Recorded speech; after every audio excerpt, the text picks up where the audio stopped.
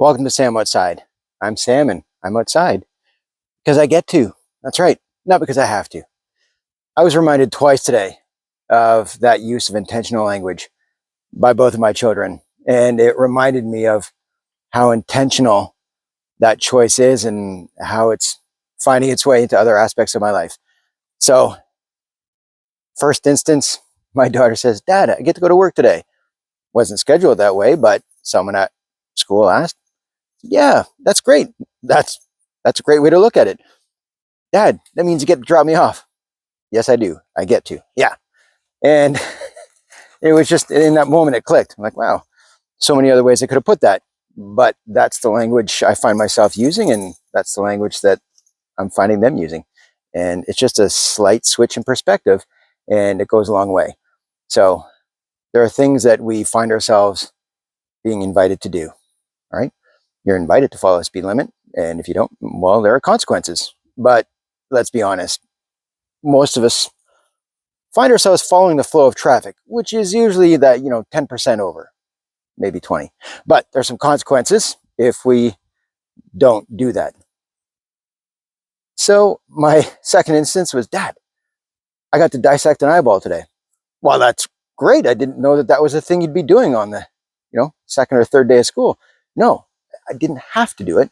I got to do it, which is a great perspective, right? Maybe not their favorite thing, but it was a nice way to hear that phrased. I got to do this, right? So there are so many opportunities in our day where we find ourselves in a situation where we say, oh, I have to do this, right? No, I get to do this. Yeah. So just a slight change in perspective. It starts with the feeling around that, which creates the emotion, which creates the words. And those words become habit. They're just part of our language. Well, I get to do that. That's right. So spending time outdoors is beneficial. I get to do it, right? I do it for myself. It's a form of exercise for me. But I do it also because I get to spend time with that guy right there behind me. It's Indiana Bones, right? He gets walked twice a day. Doesn't have to, right? Sometimes more, but at least once in the morning before work, and again when we come home from work, and if time allows, maybe before bed. But we get to do that.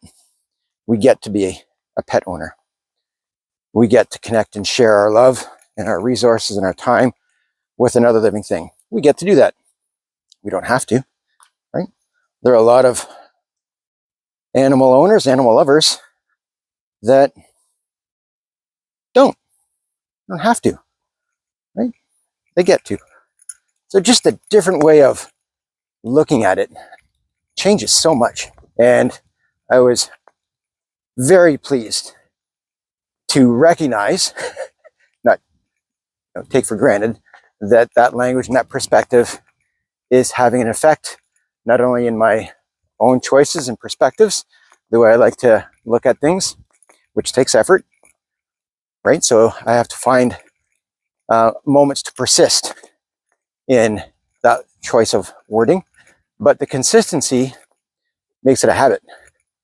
And then recognizing it, being grateful for it, does open up opportunities to find other ways to change perspective and use words that affect our emotional state, our well-being, our character, our person, what we're known for, who we become.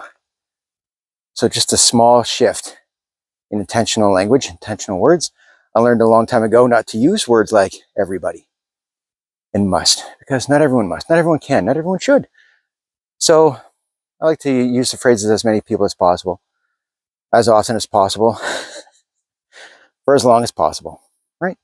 And it's just a different way of opening up opportunities when I'm working with students who might have different abilities. Because if I'm not using that intentional language, I close doors and there are missed opportunities. So I learned a long time ago to invite that open language of accessibility, of inclusion, of acceptance. And it's found its way into other aspects of my not just professional life, but my personal life, and doing what I do to invite opportunities for a connection, not just in my profession as a certified forest therapy guide. That language finds its way into working with guests and clients, many aspects of the many things that I do, but it does find its way into my family life, and now I hear those around me using it, and it goes a long way. So it's more than just being kind. It's more than just recognizing the need for patience, listening, calm. It's got nothing to do with chivalry. It's got everything with trying to be a good person. And it does require some persistence.